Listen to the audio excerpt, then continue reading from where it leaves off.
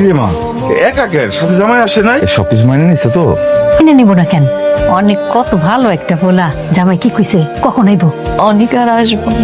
আমার মনে হয় অনেকের লগে আর কোনোদিন মিল হইব না। হয় আমার কোনো কথা শুনতে চায় না, আমার অপবাদ দেয়, হয় কি আমার কোনোদিনও বুঝবো না। ও ওর বাড়ি পেয়ে ও খুশি হয় নাই, নাকি তুই ওর বাড়ি ফেরত দিস নাই? পিসি আব্বা আমার অপমান করছে। কত আশা করে গেছিলাম, আমার ভাগ্যে মনে আর সুখ নাই। ঘরে চল।